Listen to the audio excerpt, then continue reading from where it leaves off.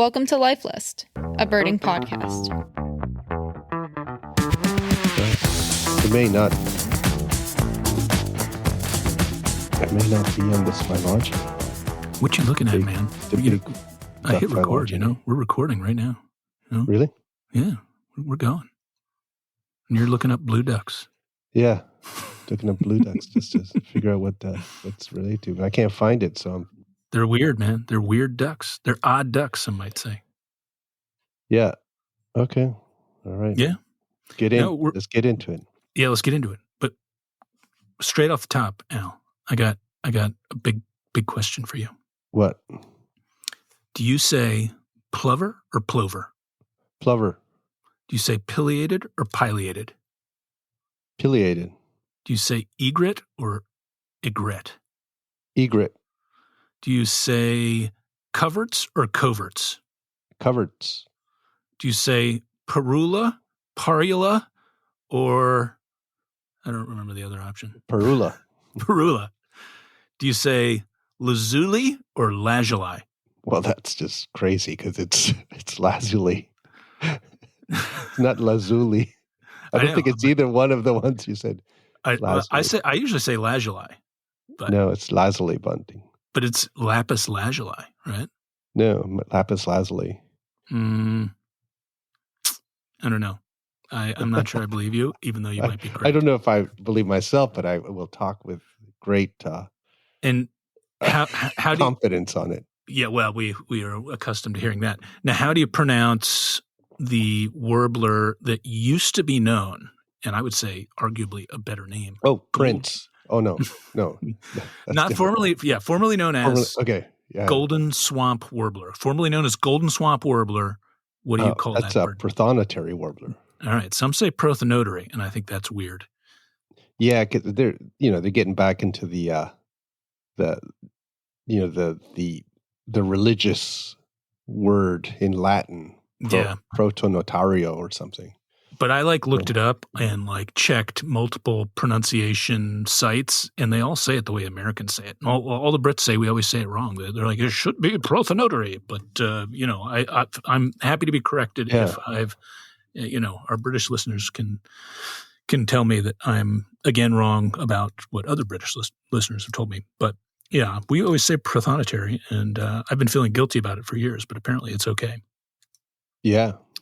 Now, what about, do you say phalarope or phalaropy?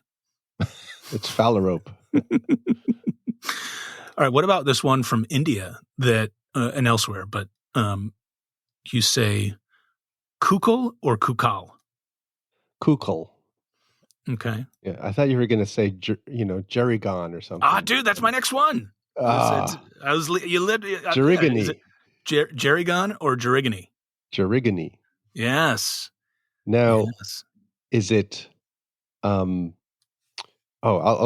got one for you, but let me think about it again. Yeah, go ahead. You keep going. All right, last one actually that I've got here, and then I'll tell you my favorite. Maybe it's the same one. Maybe it's my favorite that I'm thinking of. No, I don't think so. But I'll tell you my favorite mispronounced bird name I've ever heard. But this was okay. Do you say alula or alula? Alula. Mm-hmm. I can't decide which one I like better of those two. Do you say Turaco or Turaco?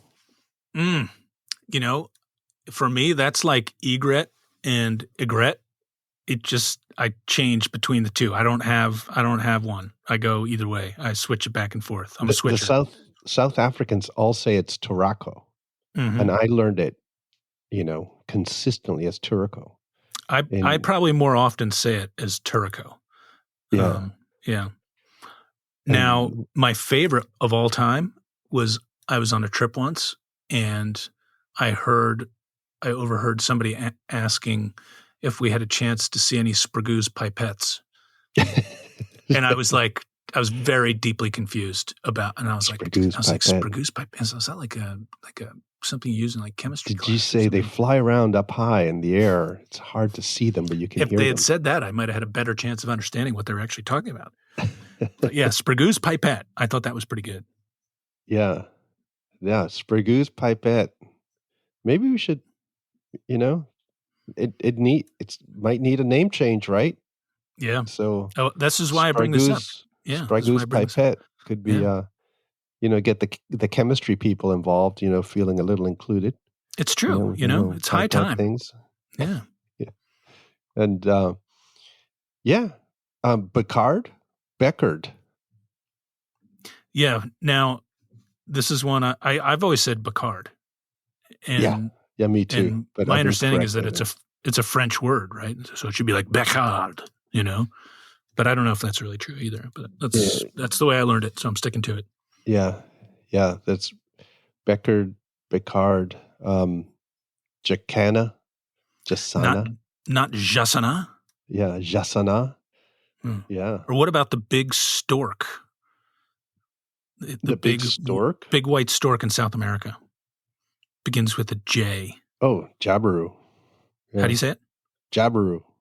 Not Habaru or some other way? No. I often say Habaru, and I feel like that's a weird way to do it, but I just can't stop myself from doing it that way. Yeah. I think the argument of making the C soft in Jacana is really strong. So even if you're not going to go full on Jasana or whatever, just saying Jasana would be on the money, and maybe like Jacana. Well, you look at that wattled Jacana. How about that there bronzed winged Jacana? Yeah, a peasant-tailed Jacana. Peasant-tailed. That is full of judgment there, it sounds like to me. Yeah. No, I was actually thinking about this too in a different respect the other day about how we have leeway in how we pronounce some of these bird names, right? Mm-hmm. We don't have leeway in the scientific names. If you follow taxonomy, you're set with whatever the taxonomy is. If you follow the AOS or eBird, you've got sort of a set English name too. But is there ever anybody been given the okay to spell things differently depending on where you live? Well, so is it the multicolored tanager with a U or not a U depending on where you live? Because it would be wrong for you perhaps to to write it incorrectly, or gray, right? If you the AE, and there's a lot of those birds. There's many of those. Yeah. Yeah. So do you get leeway to spell things in a sense? Like how much leeway really is there in our names, even though we have official names? You know what I mean? It's kind of interesting. I wonder, would that divide along the lines of which taxonomy you adhere to? Perhaps I would assume, but I don't know. But it does. Even though we have standardization, we actually aren't all using these things the same way. Otherwise, we would pronounce them all exactly the same and spell them all exactly the same, but we kind of don't. Yeah. Yeah. So there's a little slop factor going on in names anyways. I think it truly is like a Canadian checklist should spell gray the way that Canadians spell gray versus, and so there should be that allowance. The freedom to do so. Right. Yeah. It's my thought. I mean, I don't know how many words that would be, sort of color and gray come up in my head, but there's probably others. Yeah. Yeah. So I gotta tell you, there's a couple things I'm pretty upset about right now. Oh, yeah. Oh boy, the news. No politics, yeah. George. Yeah. Well, yeah. No, the news there only gets, more strange. The birding news. No, I'm talking pizza news. Oh, pizza news. Yeah. I'm not up on the pizza news because, over here it's all sushi and tacos and stuff. California pizza. Yeah. I don't even really, don't know. Yeah. But our friend Corey Husick recently sent me a graphic, and I can tell by the layout of the graphic that this is authoritative, backed in science, and definitely 100% reliable beyond a shadow of a doubt. I sent you this as well, this graphic. I don't know if you saw it. I'll send it again. I don't know. Right I don't know now. if I saw it, but this. Yeah, I'll send it to you right now, just so you can see. Yeah. Something very graphic. It's extremely graphic, and it's titled "Beware, favorite, everybody." Yes, it's graphic. Strap yourself in. Trigger warning. Earmuffs. Favorite pizza topping by state. Okay, by state. And Molly, I think, would really take exception to this as well, because Pennsylvania and West Virginia are grouped together in which it says our favorite pizza topping is corn. Corn? That's weird. That is totally weird. I don't ever remember having had a pizza with corn on it. Maybe I have, but I love me some street corn, maybe even with some cheese on it. But corn on a pizza? I don't remember doing that. I don't know. I don't California. believe this. I just texted it to you, by the way. California, no surprise, avocado. But I've never seen avocado on a pizza here. I've never seen that. Yeah.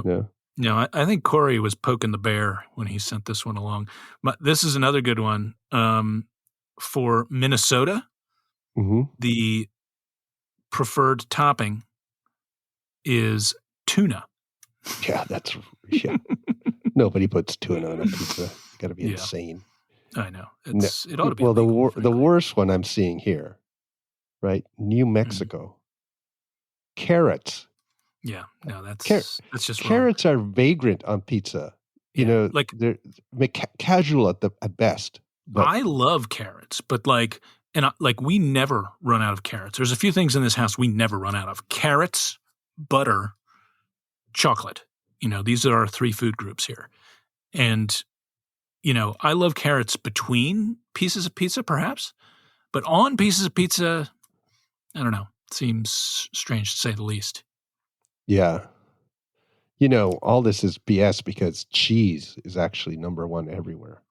That's right, which is why tomato pie is really just a sham, in my view. Yeah. But if you were to look closely, there's a sausage triangle. Did you see that? The yellow triangle, the sausage triangle. Oh, God. Northwest. Very bad. Yeah. Yes. I did notice that I hadn't really realized the shape of it there, but yes, I did see that. There's quite a bit of sausage sprinkled around. And pepperoni, of course, and a good bit of mushroom, and a few black olives here and there, and then some bacon mixed in, and bacon's always just good, But I think this is BS. I got. Yeah, you think so? Yeah. Yeah. I think Corey is poking the bear. But the idea of corn for Pennsylvania, and I will have to ask Molly later, but I suspect she would not be a fan of that. But the other thing that's really irritating me right now, Al, is I just returned. No wonder you're angry. Holy. Oh, I'm full of vim and vigor today. Was that I returned from India, a month there, and I had what I thought was a nice bird, and it's my first since the split of American goshawk and Eurasian goshawk. So I think this represented a lifer for me. Was we had a accipiter soaring around. I was like, man, that thing looks big. It was pretty far away. I got some photos and I was like, yeah, it's a young goshawk, And whoever the eBird reviewer is for that part of India, it's been over 3 weeks now and still no validation. So I'm going to have to, write a little note and see if what have I done wrong here? What's the holdup? But, you should start it with, "Hi, I'm George Armistead. You may know me from such."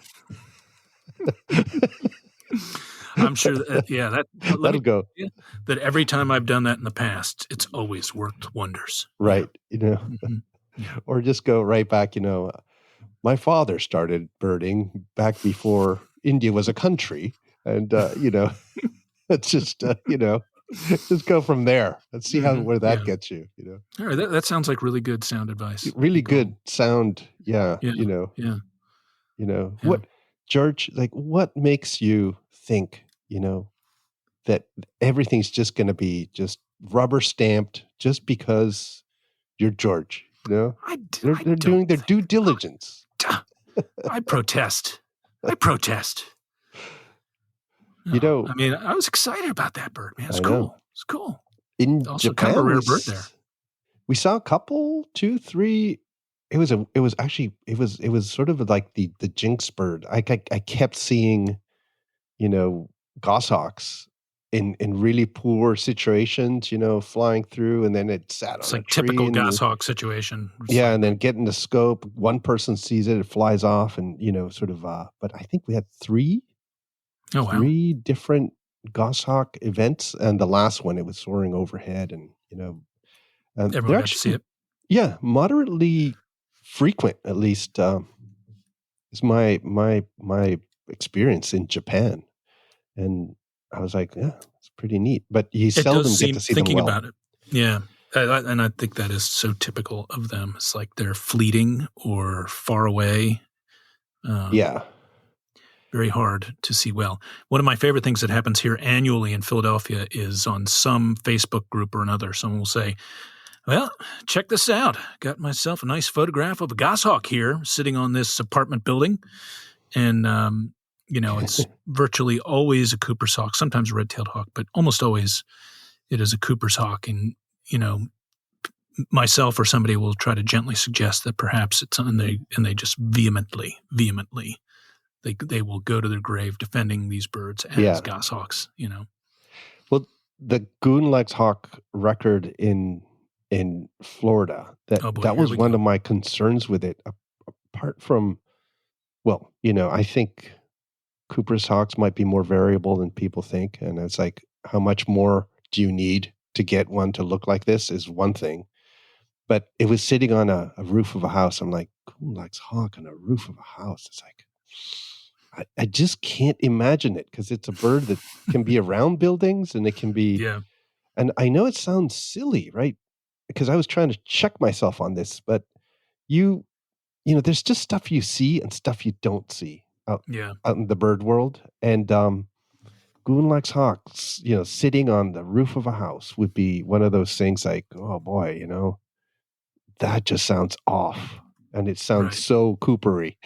Beyond strange. Yeah.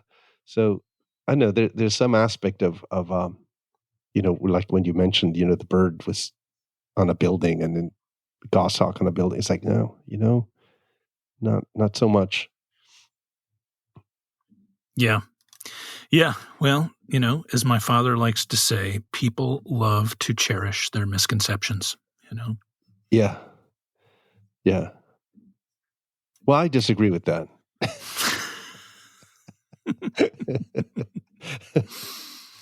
Yep.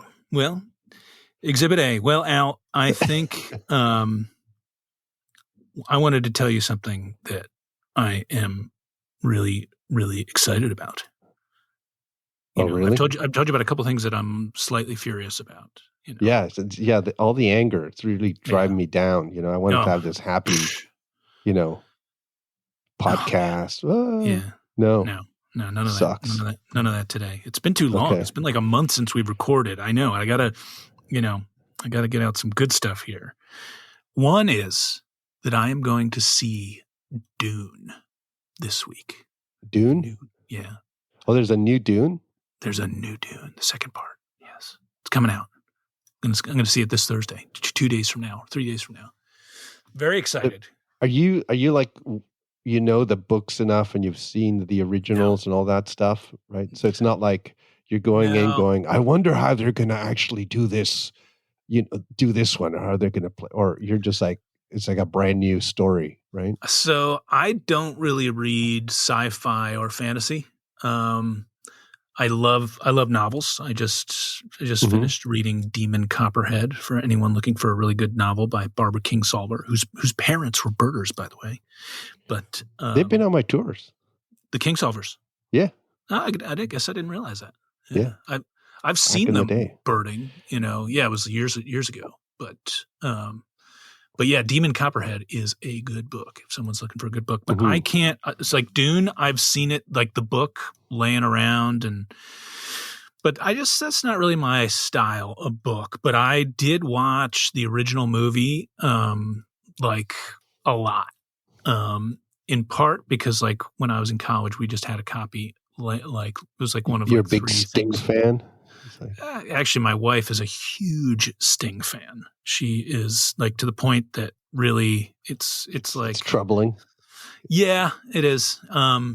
Yeah, like probably would have to give her a hall pass on Sting. Yeah, it's like she's really it is troubling. But no, I like that movie, but the new one was just so good. I just thought it was awesome. So I'm very excited this week to see the second one. I'm stoked about that. That's good. That's the kind of movie I will watch on a plane. Oh man, but no way. But I'm not really. I mean, I hardly ever go see movies now. Like in the real. I think I want to go see where we're supposed to with Bianca go see the Bob Marley movie, but it hasn't worked out yet. So I thought this was interesting. My nephew, who is 9, he said he's excited to see the Bob Marley movie, and he has predicted that there will be a mean dad in the movie. He was like, "There's always a mean dad." Yeah.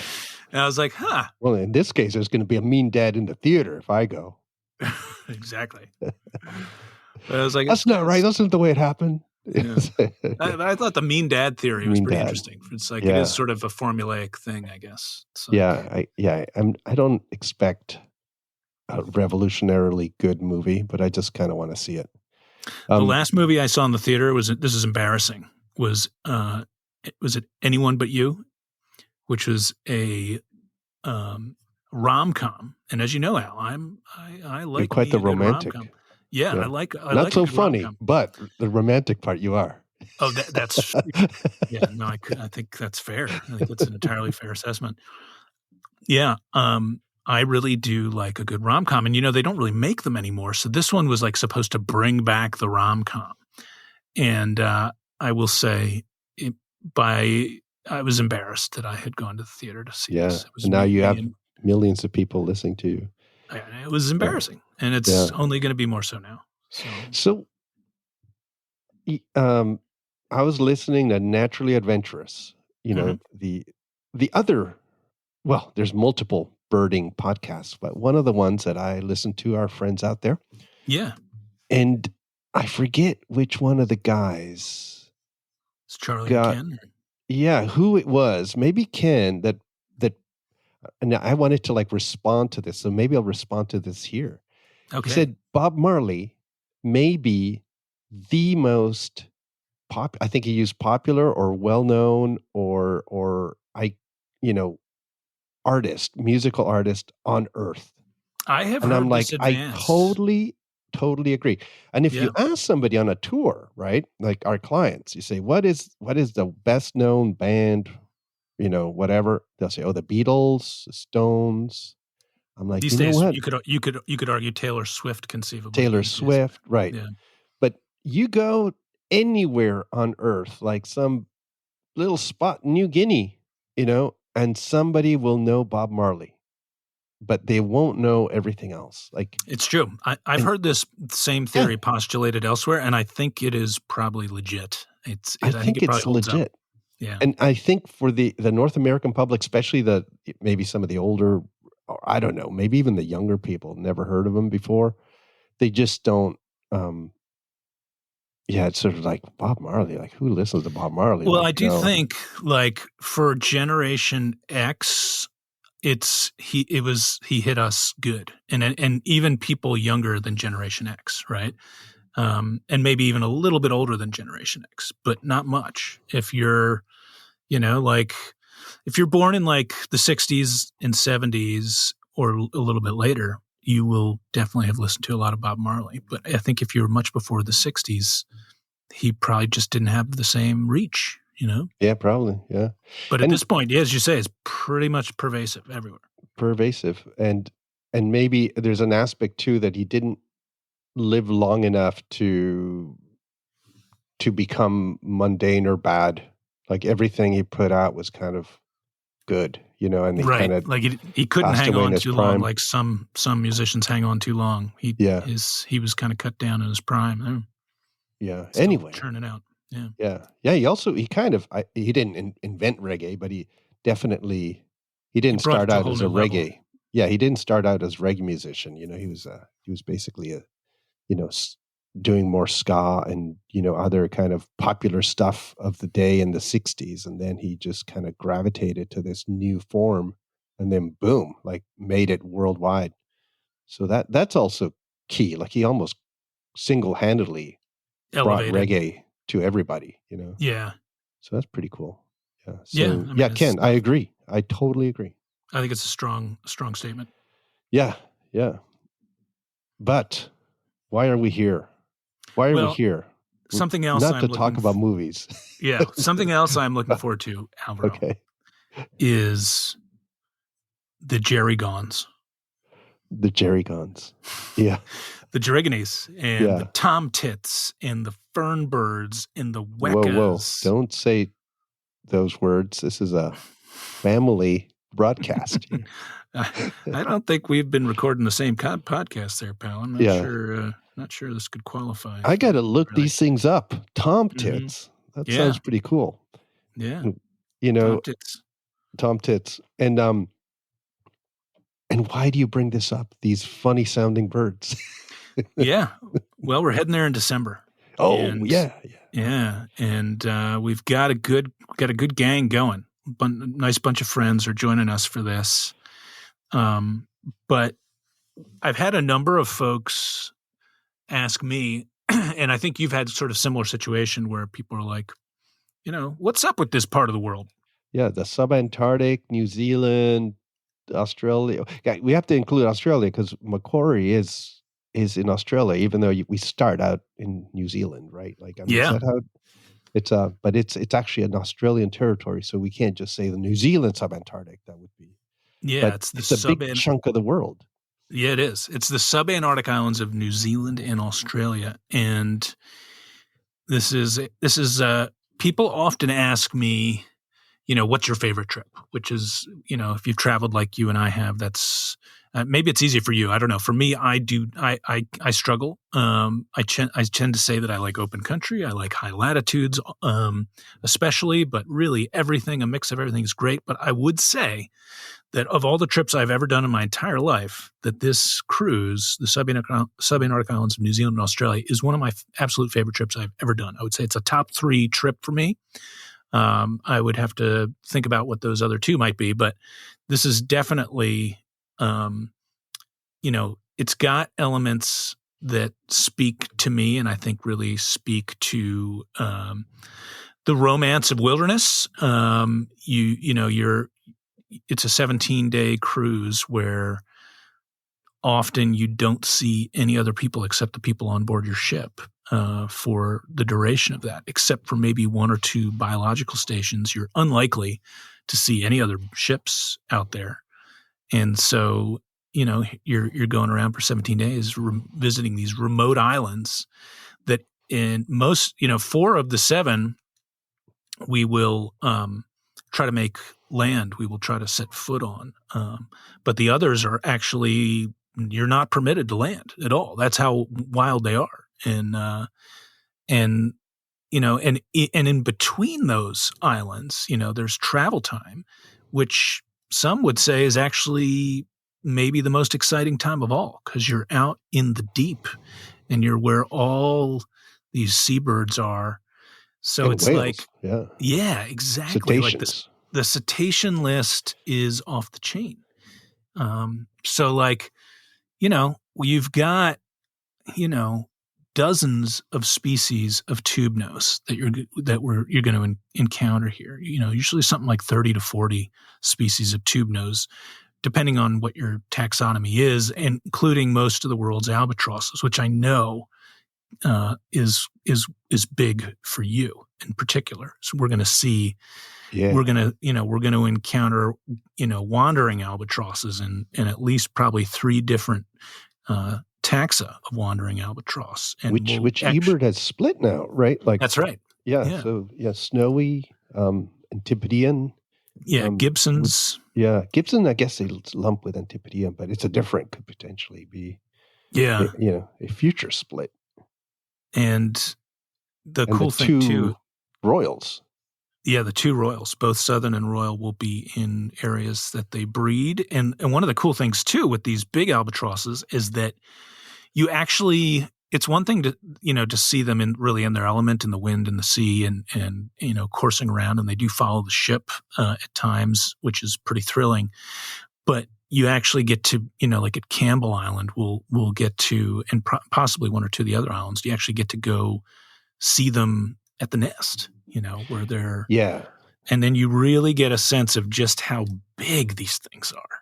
It's you sense how big they are at sea, but when you're on the ground and you're 20 meters away from them, and you're just all of a sudden you're like, oh my God, these things truly are enormous. Yeah, bigger than a huge dog. Yeah, exactly. And the thing too about Antarctica, I find, I don't know if you found this, but a lot of people kind of compare, like, well, I mean, should I go to Antarctica or should I go to the New Zealand summit? They're actually so different in many respects that I would say, especially if you like that kind of part of the world, go to both. But there are some things that have become harder and harder or different in the Antarctic trips over the years. And one thing is, it's much harder now in South Georgia to go and see nesting wandering albatrosses. Like, not every ship gets to do that, and you see lots of wandering albatrosses at sea, but to actually see these big guys at the nest has become a difficult thing on some of the Antarctic trips. And also this idea of like not seeing a ship for days. Now in Antarctica, you will see multiple ships every day that are on different, you don't bump into them like at the colonies, they might be on the other side of the island. It's really well managed, and how people get to see things and not have other boats but you see them moving in and out as you're moving in and out. So I'm really excited about that part of it, like just being places that are so wild and truly remote. Although, on paper it's like, oh, that looks a lot closer to New Zealand than the Antarctic is to South America. But yeah, it's funny. Like different.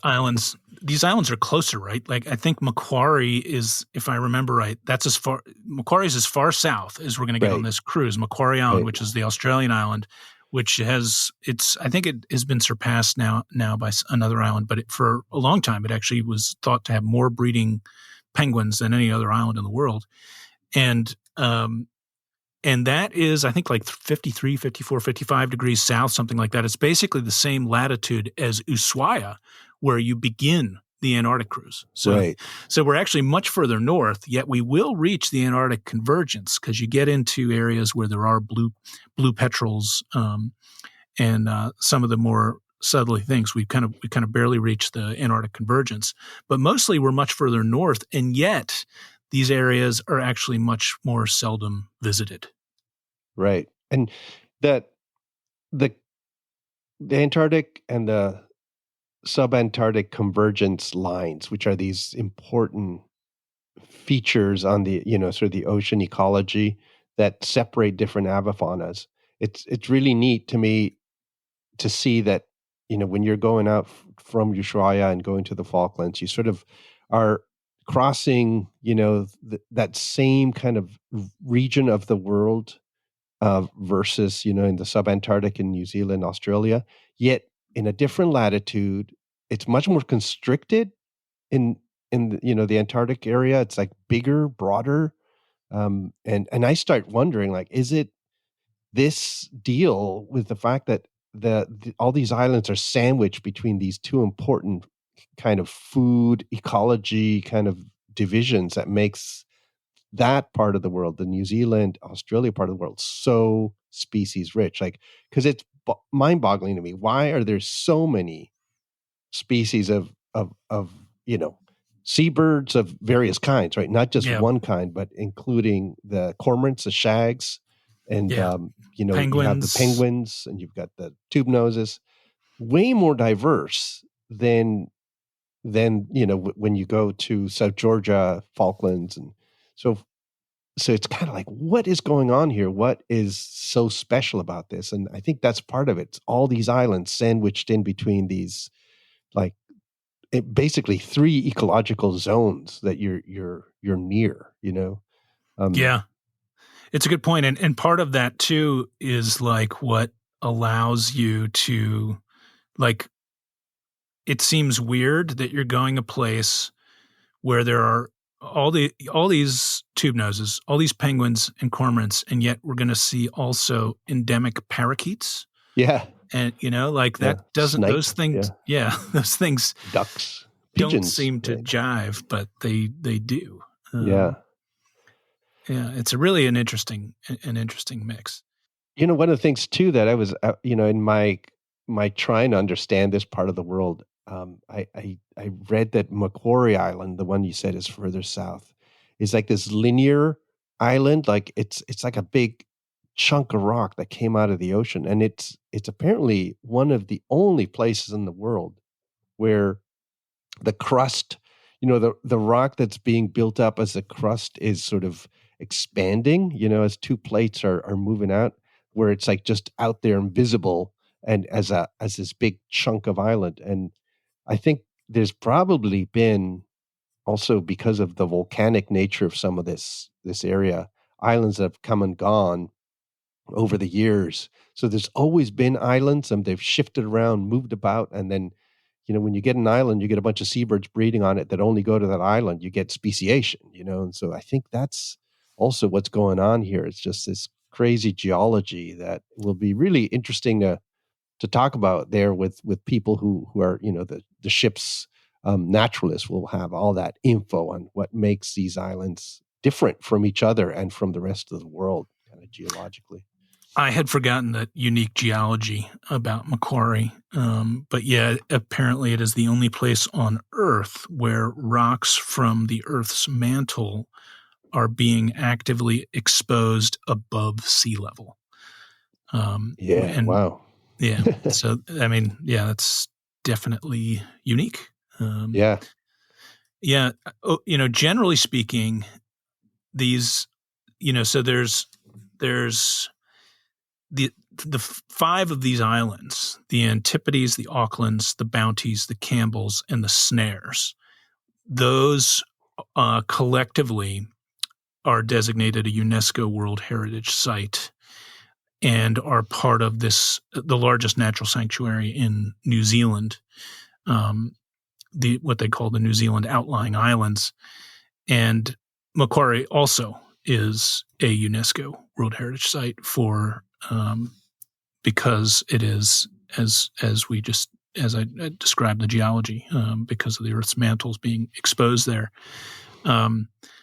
And then we also visit Chatham Island, which is sort of semi-tropical almost.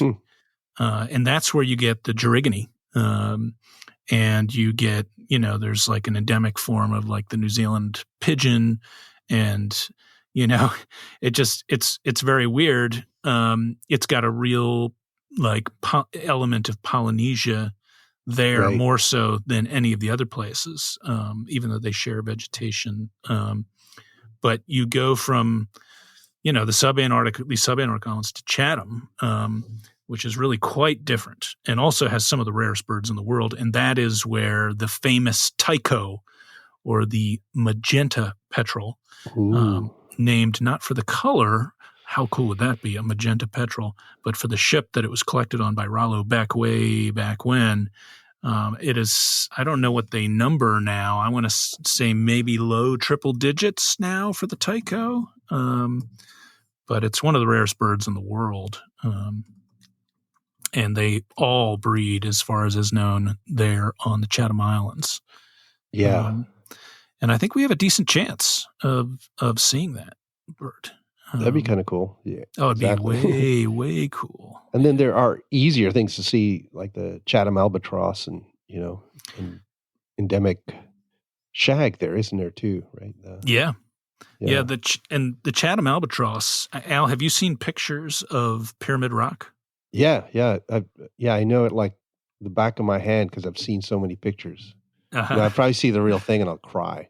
Oh my God. It is I'll something have else. to go into my room and do it, privately, because that's not going to be nice. Oh no, we'll handcuff you to the rail just so everybody can watch. But yeah, no, it's pretty weird. Like that's where all of those birds nest. It was in that it's in that Shy Albatross complex, but man, it looks completely different. And I would say it's maybe the best looking of the bunch. Like Right. you look at them in the book and they just look kind of gray headed and kind of pinkish yellow build, but they're actually in breeding plumage are really a stunning looking bird. And probably most of the ones you've seen have been youngsters, I bet, in Chile. But yeah, I think we've had an adult,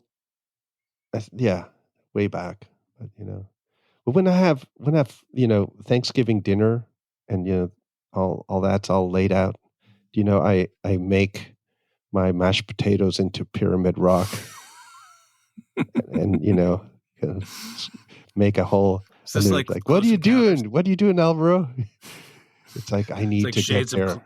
Close Encounters of the Third Kind. Exactly. Yeah, I was wondering if you're going to get that. And they're like, funny music comes on. I'm like, I'm meant to go there. I have to see this place. Something's going to happen. All those Thanksgiving dinners that your relatives suffered through. Now maybe there'll be some peace. Yeah. Close encounters. And we were talking about we're going to the Antipodes, Al. Yes. The Antipodes. Yeah. Antipodes. The antifoot. Yeah. With Antipodes, we found out that every place has an Antipodes, and like a place that is the opposite exactly on the earth as where you are. And I think you're saying that it was named that because it was thought to be about as opposite as it could be from England, specifically Greenwich, right? Yeah, I'm going to look this up now just to be sure and put that link. But yeah, I think that's right. And I found out that Philadelphia, the Antipodes of Philadelphia, is essentially south of Australia, of the, I would say, the east coast of Australia by a moderate margin, but that's the Antipodes. Yeah, they said it looked like the closest town was Augusta. Yeah. Right. Which I'm not familiar with. I haven't been to that part of Australia. I know. What's kind of a shame is because the ocean, the ocean's so much of the earth. Most of the Antipode places are actually in the ocean, Yeah. So did you look at San Fran or Half Moon Bay? Yeah. It's sort of offshore from Madagascar, right? Sort of triangle. Oh, I see. Yeah, the closest thing is the Port-au-Français, which is actually not, it's way south. That's the closest thing, but the closest point of land. Yeah. Which I don't even know what that island is. It's French Southern Territories. It's probably got some pretty awesome seabirds on it. But Antipodes actually means really opposite, diametrically opposite. Even in some, I guess you can use it as not just geographically, but opposite in multiple ways. You can use this word. I guess we don't anymore, but I just think of it as albatrosses and penguins and stuff like that. I had no idea what it meant until moderately recently. It's a cool spot. Antipodes albatross. Yeah, and the youngsters there are like those big woolly bears. They're all brown and beautiful. And there's also the parakeet there, the Antipodean parakeet, which can be a pretty tricky guy to see. So we'll definitely spend some time looking for that. That's one of these places that you cannot land. We go around by Zodiac. And, and it's the next closest island group is the Bounties,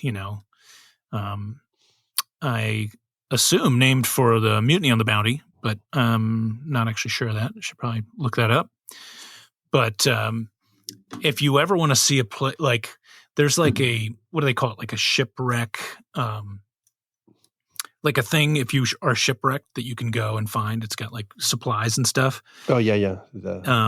And on the Bounties. Survival hut or something. Yeah, and it's even, it's got like, It's got a bunch of stuff, but like if you look at the bounties, it's like there's no vegetation. It's just like diagonal bunches of rocks sticking out of the ground. And it's just like, and you're just like, man, if I had to be shipwrecked someplace, that would, obviously you don't really ever want to be shipwrecked, but right. It'd be pretty bleak right there. It'd be pretty bleak. I mean, the birding would be cool because there's just, there's like Salvin's albatrosses coming out the wazoo, and they're clamoring all around the boat, and that, the seabirding's pretty spectacular. But like just the rock formations are crazy to look at. And if you're shipwrecked on that deserted island, you'd be sitting there going like, why did I bring just 10 albums when I could have brought food and other stuff that would be more useful to me? These LPs are doing nothing. Right? I mean, like, yeah, it's like, what? I have 10 albums and 10 books. The books may be useful for a bit, but these albums. Yeah, it's a cool. Obviously, Bob Marley would be one of them. Yeah, oh, for sure. So, I got to ask you that, though.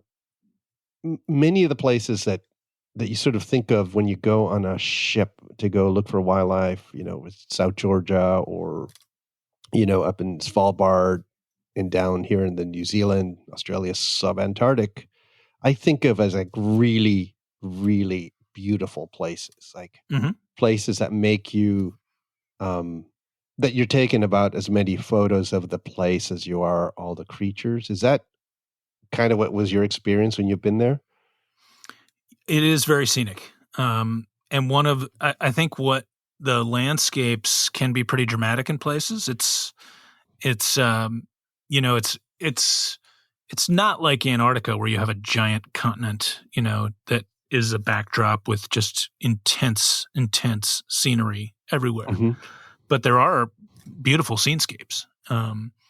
And one of the coolest things about this whole region are what they call the megaherbs, which are a group of herbaceous wildflowers that are endemic to the New Zealand subantarctic islands. And they're basically these huge plants, huge flowering plants. They grow up to 1 to 2 meters, and there's a handful of species or more. And they're really stunning. Some of them look kind of like big sunflowers. Some of them are more sort of purple or pinkish. But we're going at a season when these should be blooming. So you can, as you approach some of these hillsides, as you're looking for subantarctic snipe or Campbell Island flightless teal, you can be surrounded by these blooming anisotami or bulbinella plants, the stilbocarpa, or the chlorophyllum. Those are sort of some of the more common. Sounds cool. Yeah, bulbinella rossi. They are quite stunning, and they're big. There's these big flowering plants. So those can take what is already a pretty rolling hills and islands big with steep cliff faces, and then all of a sudden you got these blooming megaherbs, and it can be pretty darn dramatic. So, now I've got to admit, like there's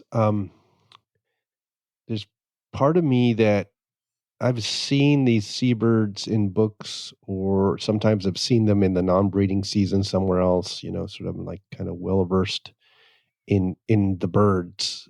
And I'm almost not keen on looking at too many photos and stuff about the islands because I want to be wowed. You know what I mean? I want the surprise factor. Yes. Yeah. So you describing these plants, I'm like, are they going to be like those paramo plants, or are they like the silver swords? Or, I start thinking like, what are they going to be like, So it's kind of a neat thing to have that element of like a place where I've always wanted to go my whole life, it's finally happening.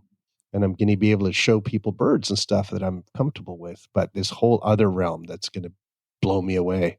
And the whales too. I think the cetacean fauna and various other pinnipeds, like sea lions, fur seals, that would be interesting to see too.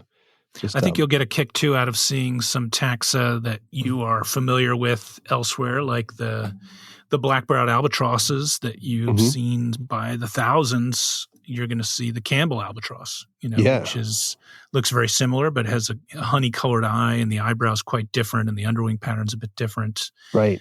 I think you're going to vibe on that, and it'll be interesting to see what you think of some of these other things, like the Cape petrels, the Pintado petrels, The dark ones. Yeah, they're darker, at least on average. I think sometimes pretty tough to tell. But I think it'll be cool to get your take on these birds so well from elsewhere, and to see these different subspecies here. And I think too, I don't tend to like collect birds in the way that a lot of people do. I love a brand new species, a lifer, but there are some things that when you start like seeing a bunch of them where you're like, oh, I have only one or two cranes, for example, left to see in the world. It'd be kind of neat to see those, And I'm getting like, when I get down there, I think I will essentially see almost all of the penguins that I haven't seen, except for maybe two, and that's pretty neat, because penguins are just really fantastic little birds, or big birds sometimes. Yeah. Not just because of what they look like, but what they do, what they act like. It's just so crazy. So penguins. And the penguins that you're talking about here too are pretty special ones. Like royal penguin will probably see a colony that is maybe one of the largest penguin colonies in the world. There's many thousands there. And then, we'll have good chances to see Snare's crested penguin, which is a really handsome, nice, fat, good sized penguin, Snare's penguin, and also, an endemic just to the Snares. And then maybe one of my favorite birds, and the last time I did this trip was really the favorite bird, I think, of just about everybody on the trip, was the erect crested penguin, which are kind of these little sausages, and they just have these crazy crests along the sides of their head, and they're sort of smart and cute all at once. And then there's yellow-eyed penguin, which is a Megadiptes, sort of like it looks kind of like a small king penguin or a gentoo kind of, but it's structurally, but it's very different looking, and it's one of the rarest penguins in the world with just a few thousand, and this is the place to see them. So it's at least 4 penguins that are, you don't see anywhere else, and they are all really cool, special ones. And I guess you add on things like king penguins are there, which are one of the prettiest, penguins anywhere, right? And in good numbers. And good numbers. Rockhoppers are, I guess not that common, but they're there as well. I just like the whole thing. I again, like I fall back to this, like, why are there king penguins there and all the way on the other side of the earth, and rockhoppers there and on the other side there? Then you have these endemic things that are only there. The whole picture of the evolution of these seabirds down in this part of the world is really kind of exciting for me to just sort of like, I got to see this a little bit more and get, it's one thing to look at maps and one thing to look at, what the place where they are, but to be there and experience the temperature differences or whatever other differences there are, and you start going, oh, okay, I get it. This is why the one funny albatross that's related to the black-browed is on Campbell Island. It may make more sense to me, which is going to be exciting to sort of like go through all that with folks and just as I do, my my musings. Yeah, and as you mentioned, the cetaceans are really great as well. We'll have chances at hourglass dolphins and dusky dolphins and southern right whale dolphins we could see, and killer whale and sperm whales. Southern bottlenose whale is actually a good area. I've seen on each of my trips on each of my trips at the same exact location, actually, we saw Gray's beaked whale.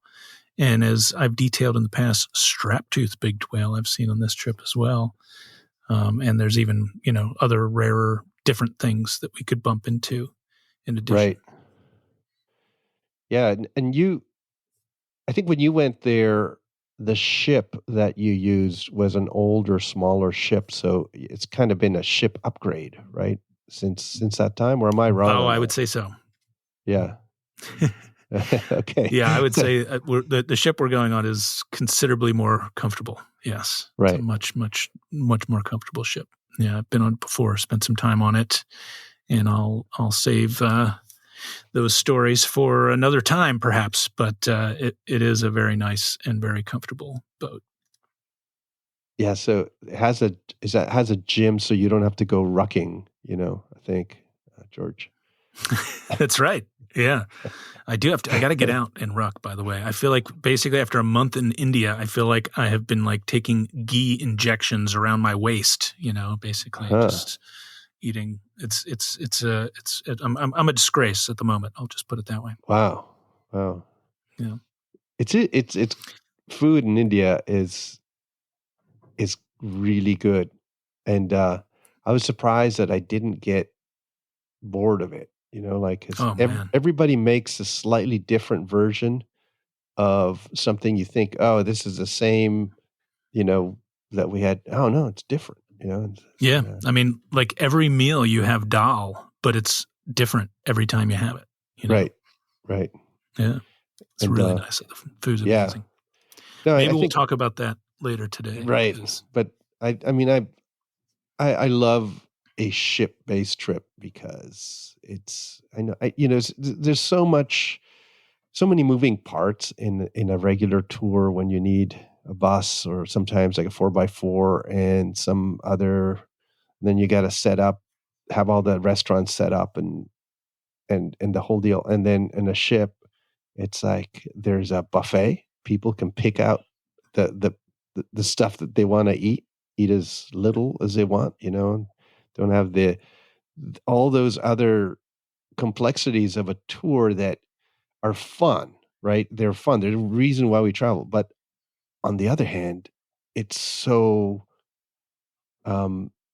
comforting to just self-contained. Self-contained. And, you just sort of wake up and go, all right, I'm going to go to the deck and look at some birds and whales. And at this point in time, we're going to, go to the island and check out this stuff. And, or maybe I'll go soak in the hot tub until, Alvaro and George spot some really good bird, and then I'll come down. Or maybe I'll go to the library, or maybe I'll go to the gym, or, it's like, it's nice. I mean, your vehicle is your hotel and your restaurant, and the scene is changing constantly. So it's... Yeah. No, it's a really fantastic way to travel. Like sort of Galapagos, it's the same thing. People wake up, it's like, we're in a new place, it's like, and then everything's kind of done for you. It's so relaxing in a sense, A lot of people worry about like, oh, the ship and whatever, what's the weather going to be like? And they never think about how utterly like awesomely relaxing it can be to be on a ship. And these aren't huge ships, right? They're a little bit more cozy than that. You get to know people, they're what's 150? Yeah, it's a little less. Yeah. 100.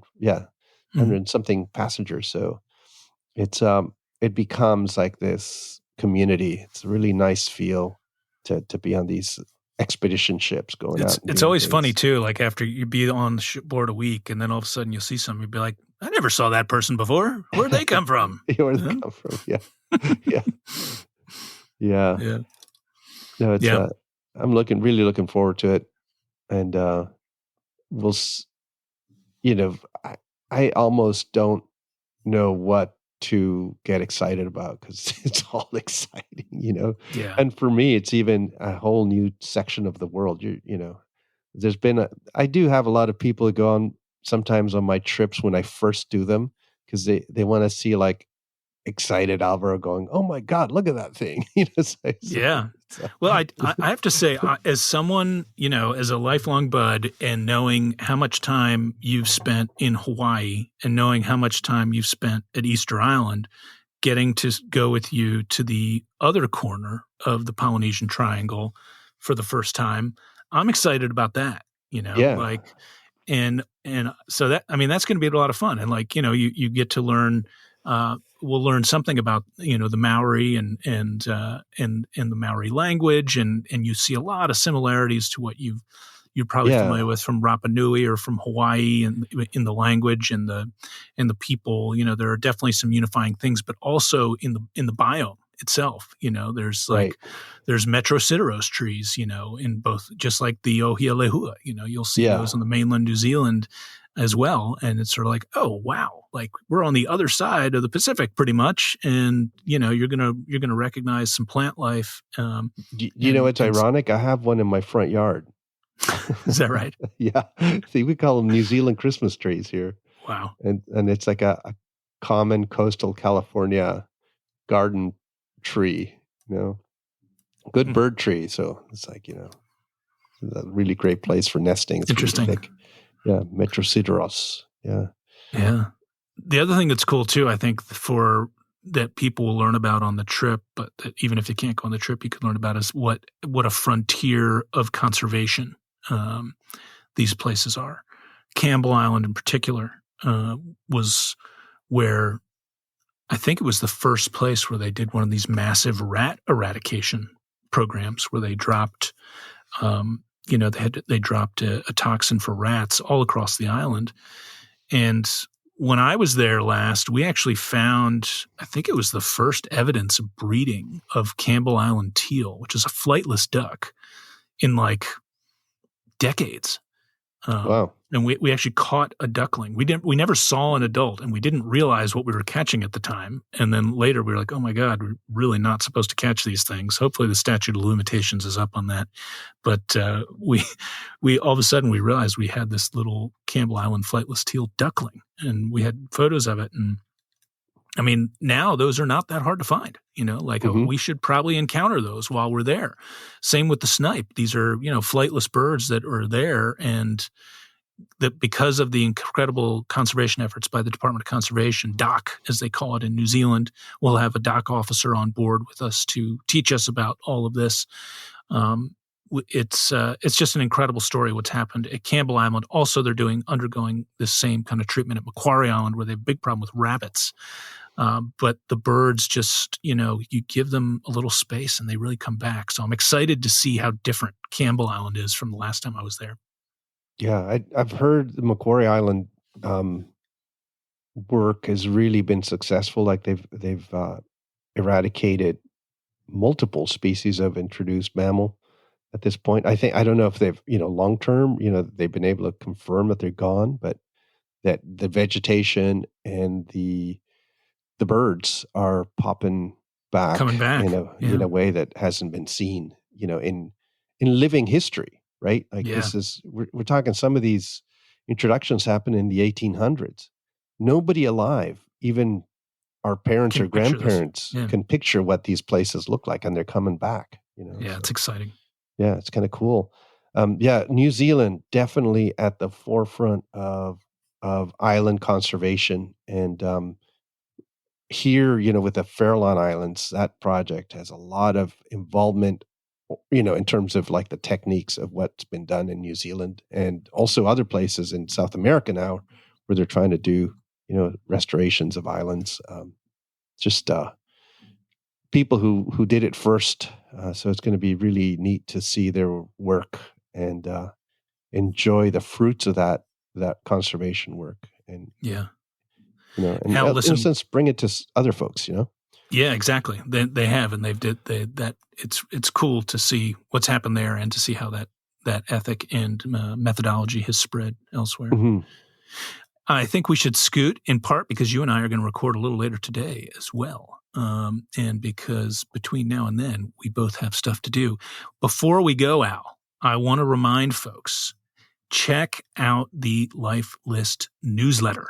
Now, you can subscribe to this by going to lifelistpodcast.com, scroll down a little ways on the site and you'll see it right there. You can subscribe to the Lifeless newsletter. This is twice a month. It's not going to spam your inbox, and there's lots of cool articles. Our friend Eric Bonesley is curating this, obviously with the help of myself, Molly, and Alvaro.